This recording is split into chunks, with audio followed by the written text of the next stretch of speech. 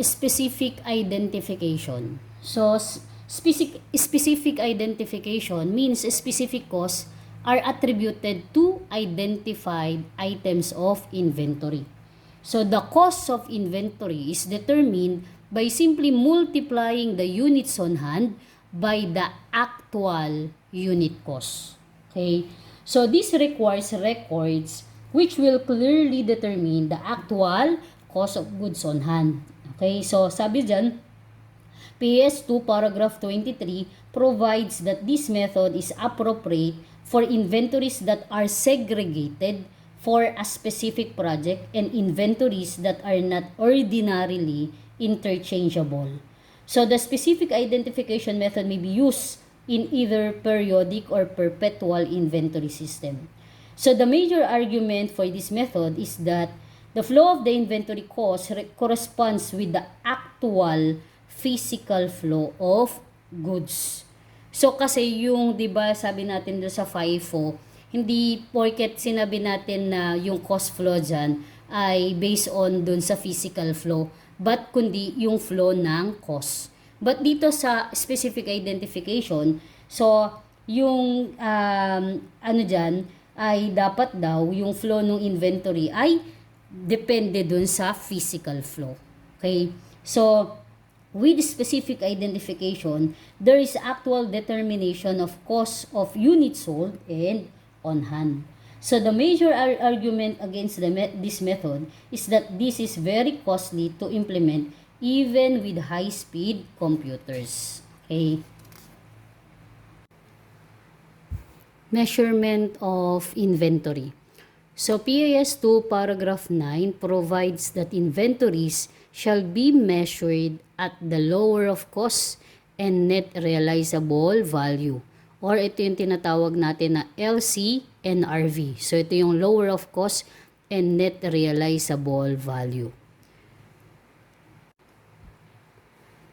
So, dapat daw ang inventory ma-measure natin sa cost or net realizable value kung ano yung mas mababa sa kanila.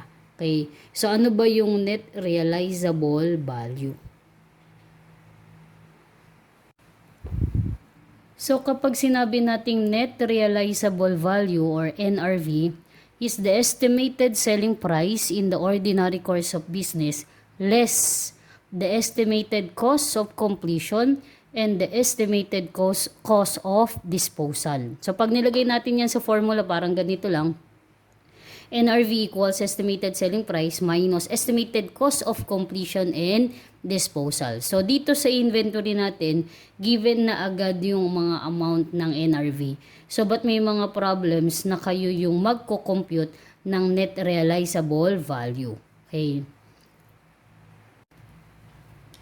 So, dapat alam yung net realizable value kasi i-compare natin siya sa cost ng inventory.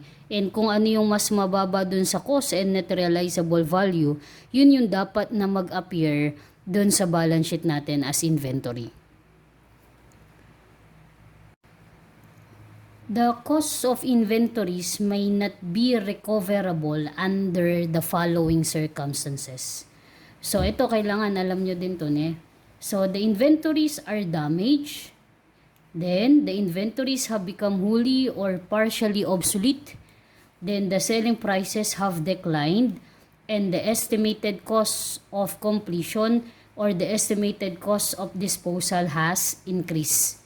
So, kung mapapansin ninyo, yung mga nandyan, ayan yung mga factors din na makaka-decrease ng value ng inventory natin. Siyempre, kapag yung inventory mo damage na, so 'di ba? Pag ganun, ano mangyayari? Pwedeng yung selling price mo mag-decrease, 'di ba? So hindi mo na siya maibebenta kung magkano mo siya dapat ibenta.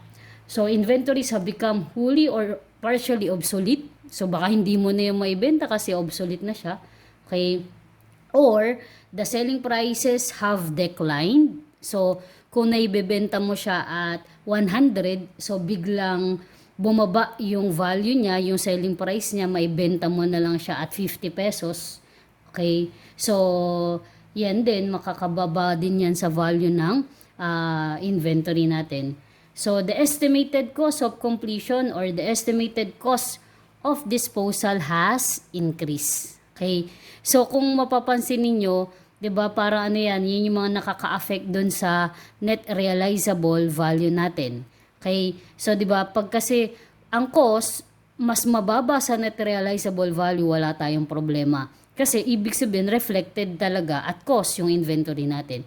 But what if kung ang net realizable value natin ay mas mababa kaysa dun sa cost? So, ibig sabihin, ang inventory natin dapat mag-appear at net realizable value. And itong mga to, kung mapansin niyo, let's say ito, selling prices have declined. So, di ba pag sinabi nating net realizable value is estimated selling price minus cost of completion and cost of disposal.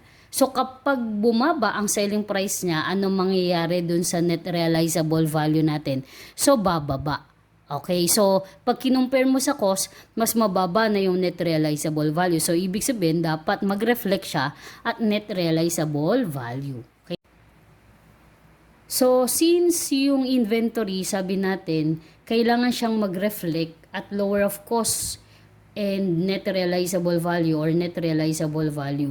So, kung mas mababa yung cost sa net realizable value, walang problema. Wala kang dapat i-record or wala kang dapat i-adjust kasi reflected siya at cost. So, magkakaroon lang naman kasi ang adjustment kapag ang net realizable value ay mas mababa kaysa sa cost. Okay? So, na-discuss din natin yung formula ng net realizable value. Okay? So, pag sinabi natin net realizable value, estimated selling price minus estimated cost of completion and estimated cost of disposal. Okay?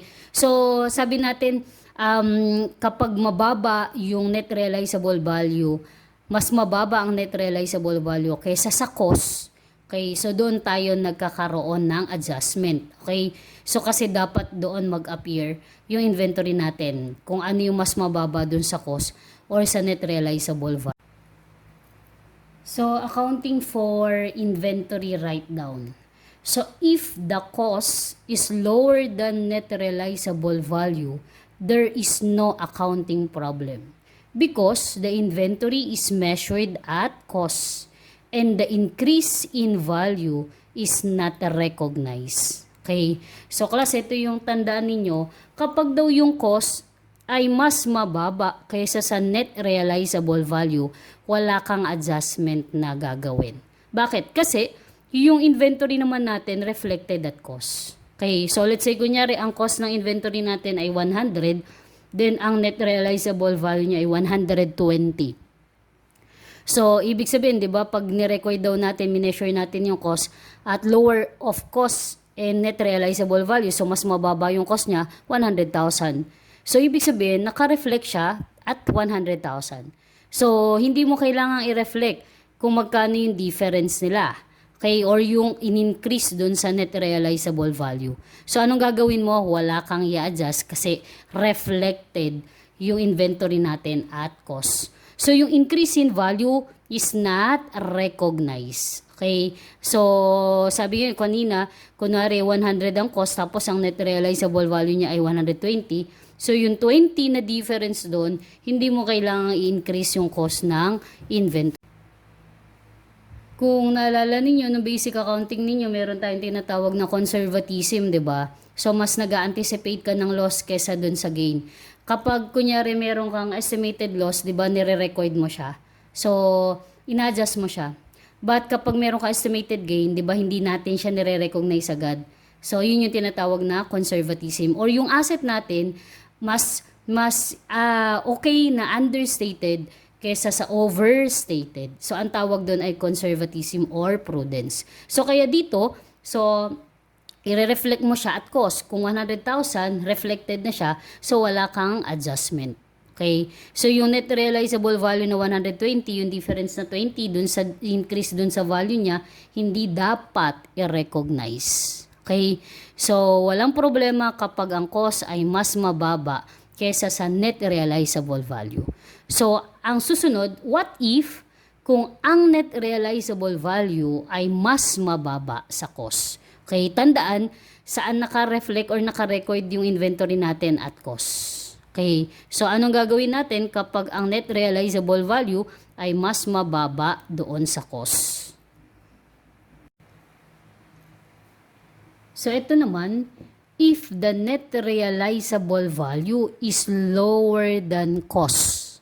So the inventory is measured at net realizable value. Kasi sabi natin, 'di ba? So lower of cost or net realizable value. So kung ano yung mas mababa sa kanila. So since ang net realizable value ay mas mababa sa cost, so dapat i-record natin yung or i-reflect natin yung inventory natin at net realizable value. And the decrease in value is recognized. Okay? So ito yun, kapag ang net realizable value is less than dun sa cost natin, so anong result niya? So magkakaroon tayo ng inventory write-down. Okay? So kung kanina yung cost, kapag mas mababa ang cost kaysa sa net realizable value, hindi natin nire-recognize, 'di ba? Yung increase niya dun sa value kasi wala tayong dapat i-adjust dun dahil reflected siya at cost. Okay? So but ito, since mas mababa yung net realizable value niya kaysa dun sa cost, so ibig sabihin dapat mag-reflect siya at net realizable value. So ibig sabihin, yung cost na nai-record natin ay mas mataas kaysa dun sa net realizable value. So dapat babaan natin, bawasan natin. So ang tawag doon, inventory write-down. Okay? So sa inventory write-down, may dalawang method tayo sa pag-record nun or sa pag-adjust. Meron tayong tinatawag na direct method or ito yung cost of goods sold method. And yung pangalawa ay allowance method or yung loss method naman. Okay? So kung dapat na mag-reflect ang inventory natin at net realizable value, so paano naman natin madedetermine yung net realizable value? Okay? So yun yung determination of net realizable value. So ito yung tandaan nyo guys, pag dinetermine natin yung net realizable value ng inventories. So inventories are usually written down to net realizable value on an item by item or individual basis. Okay? So item by item or individual basis. So i-compare mo yung cost niya dun sa net realizable value niya individual basis. Okay? Kung meron siyang group or category, hindi mo kukuhanin yung group nila, yung buong group. Okay? Yung total nila. But by individual. Let's say yung group 1, meron kang inventory A, B, and C. So, hindi mo ito-total yung A, B, and C para makuha yung net realizable value niya. But, i-compare mo yung lower of cost and net realizable value item by item or individual. So, kung si A, compare mo si cost tsaka si net realizable value. So, kung ano yung mas mababa doon, so lower cost of net realizable value, yun yung kukuhanin mo. Okay, so, item by item siya. Next, it is not appropriate to write down inventories based on classification of inventory. So, sabi doon, example, if finished goods or all inventories in a particular industry or geographical segment. So, in some circumstances, however, it may be appropriate to group similar or related items. This may be the case with items of inventory relating to the same product line that have similar purposes. So are produced and marketed on the same geographical area and cannot be practically evaluated separately. Kaya by group sila. But materials held for use in production are not written down below cost if the finished products in which they will be incorporated are expected to be sold at or above cost. Okay, so when a decline in the price of materials indicates that the cost of finished products exceeds net realizable value, then the materials are written down to net realizable value. So in such circumstances, the replacement cost of materials may be the best evidence of net realizable value. Okay. Methods of accounting for the inventory write-down. So, dalawang method yan. Meron tayong direct method and allowance method. So, sa CFAS ni Valix, ang idiniscuss niya lang dito ay allowance method. But sa intermediate accounting ni Valix, so diniscuss yung direct method and allowance method. So i-discuss na natin din sila pareho. So para makita ninyo ano ba yung difference pag direct method and allowance method yung ginamit pag nagkaroon ng inventory write-down. Okay? So yung una i-discuss muna natin ay yung direct method. So direct method, the inventory is recorded at the lower of cost or net realizable value. This method is also known as cost of goods sold method because any loss on inventory write-down or gain on reversal of inventory write-down is not accounted for separately but buried in the cost of goods sold. Okay? So tandaan ninyo, pag sinabi natin direct method, so cost of goods sold method din siya. So any loss on inventory write-down or gain on reversal of inventory write-down is not accounted for separately. So but saan na lang siya magre-reflect daw? Sa cost of goods sold. Okay? So kapag 'di ba end of the period, ina-adjust natin yung ending inventory natin. So 'di ba ang ini-entry natin doon ay debit inventory and credit income summary. Okay? So para mag-reflect yung ending inventory natin. So kapag direct method ang ginamit, yung debit inventory doon, ire-reflect mo na doon o ire-record mo na agad directly, kaya nga direct method kung magkano yung inventory natin. Let's say yung cost nung inventory natin ay 8 million. Tapos nung kinuha mo yung lower of cost and net realizable value niya individually, ang lumabas ay 7,800,000. So pag direct method ang ginamit natin, ang i-entry na natin doon, debit inventory ending and credit income summary, 7,800,000. Okay? So, ibig sabihin, ni-reflect mo na agad yung write-down natin. So, hindi siya naka-account separately na inventory write-down. Okay? So, ibig sabihin, direkta na siya ine-record dun sa ending inventory. So, magre-reflect na yun, mag-aano na yun, pagdating dun sa cost of goods sold.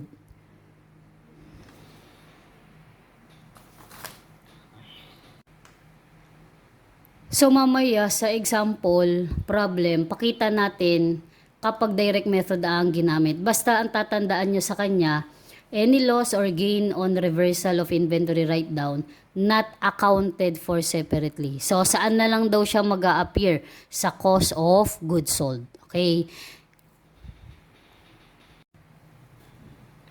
Kapag allowance method naman, so the inventory is recorded at cost and any loss on inventory write-down is accounted for separately. Okay? So, ibig sabihin, any loss on inventory write-down is accounted for separately. While yung direct method, diba, not accounted for separately. Okay? So, this method is also known as loss method because loss account, loss on inventory write-down is debited. And valuation account, allowance for inventory write-down is credited. So, kung dun sa direct method, kapag ni-record natin siya kaya direct method, kasi directly, nire-record mo na yung inventory mo at lower of cost and net realizable value. So, debit ending inventory and credit income summary. Kung ano yung lalabas dun sa LCNRV natin. But pag allowance method, yung inventory natin magre-reflect or i-record mo pa rin siya at cost. So kung magkano yung cost niya. Ngayon kapag nagkaroon ng inventory write-down, dun ka magkakaroon ng isa pang entry na loss on inventory write-down and credit allowance for inventory write-down. Okay? So yung loss on inventory write-down, magre-reflect yan sa cost of goods sold. But yung allowance for inventory write-down, saan yan magre-reflect? doon sa inventory. So kung naalala ninyo, yung accounts receivable ay may allowance for doubtful accounts, di ba? Pagdating sa financial position, sa balance sheet, magre-reflect siya as deduction. AR minus allowance for doubtful accounts. So pagdating naman dito sa inventory, so magre-reflect din siya sa financial position, inventory at cost, minus allowance for inventory write-down. Okay? So, kaya yun yung difference silang dalawa. Si direct method, ang entry niya na agad, debit ending inventory, credit income summary, kung magkano yung lalabas na LCNRV natin. Okay? So, yung lower of cost and net realizable value. Okay? So, but pagdating kay allowance method, i-reflect mo yung ending inventory mo kung magkano yung cost. So, yung inventory write-down, i-record mo siya as loss on inventory write-down and credit allowance for inventory write-down. So, ito, yung loss on inventory write-down, magre-reflect siya sa cost of goods sold and then addition sa cost of goods sold. Then, itong allowance for inventory write-down ay deduction naman sa inventory. Okay? So, tingnan natin pagdating do sa example para makita nyo yung difference nung dalawa. So, kapag sinama rin natin kung ano yung difference ng direct method and allowance method, ito. Pag direct method, kapag nirecord natin yung inventory, so i-record natin at the lower of cost and net realizable value. So, i-record na natin siya at LCNRV.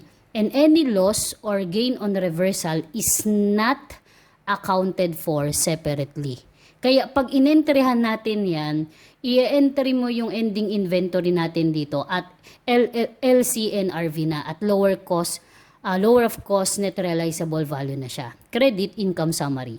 Okay? So, ibig sabihin, saan napapasok yan? Papasok na yan sa cost of goods sold. Yung mag-absorb na dyan is yung cost of goods sold. Okay? Kapag naman allowance method, so at cost, ang inventory ay recorded at cost. Okay? So, ang direct, lower of cost and net realizable value na. Ang allowance method, i-record mo muna siya at cost.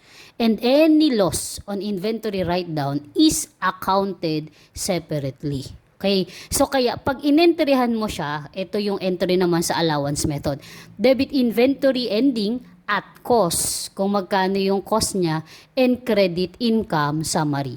Okay? So, ibig sabihin, hindi pa naka-reflect dito yung write-down natin. So, kasi, yung difference ng cost and lower of cost and net realizable value ay saan i-record? Dito. Loss on inventory write-down and credit allowance for inventory write-down. So, itong loss on inventory write-down, addition yan sa cost of goods sold. So, madadagdag din siya sa cost of goods sold. Itong allowance for inventory write-down, ito, magre-reflect to saan? Sa asset natin as deduction sa inventory. So, kaya magkikita mo yan, inventory minus allowance for inventory write-down. Okay? So, ibig sabihin, pag kinumpare mo yung cost and yung lower of cost and net realizable value, mas mababa yung LCNRV. Kaya nagkaroon ka ng inventory write-down. So kapag ganun naman, so magkakaroon ka naman na gain on reversal of inventory write-down. Okay, so mamaya makikita nyo din sa example. So kapag ganun, ang i-entry mo naman, debit allowance for inventory write-down, babawasan natin yung nirecord natin na allowance for inventory write-down, then, i-credit mo yung gain on reversal of inventory write-down. Itong gain on reversal ay deduction naman sa cost of goods sold. Kasi 'di ba, yung loss on inventory, dinagdag mo sa cost of goods sold. So, ibig sabihin, nadagdagan yung expenses mo kasi ang cost of goods sold ay expense. Okay? So, kapag nagkaroon ka naman ng gain on reversal, ano mangyayari sa cost of goods sold mo? Mababawasan naman. Okay? So, mababawasan ang cost of goods sold mo. So, ibig sabihin, mababawasan naman yung expense na nirecord mo. Kasi dito, last year, nag-record ka, dinagdagan mo yung cost of goods sold kasi nagkaroon ka ng loss. So, pag nagkaroon ka ng gain on reversal, mababawasan yung cost of goods sold naman. Okay? So, mababawasan naman yung expenses. Anong effect nun? Sa income, sa net income. Ito, syempre, nag-increase yung cost of goods sold mo. So, ang effect niya sa net income ay, magdi-decrease, mababawasan. But kapag nagkaroon ka ng gain, anong effect niya? Nabawasan ang cost of goods sold mo. So, ibig sabihin, ang net income mo ay madadagdagan. Okay? So, ibig sabihin, effect niya nun, magi-increase yung net income. But, yung inire-record natin dito sa gain on reversal of inventory write-down ay up to the extent lang kung magkano yung allowance for inventory write-down natin. Let's say, dito, ni-record mo ay allowance for inventory write-down ay 50,000. Tapos nung nagkaroon ng gain on reversal ay 40,000. So, ide-debit mo yung allowance for inventory write-down, 40,000 credit, gain on reversal of inventory write-down, 40,000. So, ibig sabihin, ang mag-a-appear na lang dun sa inventory natin ay 10,000 na allowance for inventory write-down. Tama? Kasi 50 yung dati, last year, tapos nagkaroon ka ngayon ng 40 na bawasan, so 10,000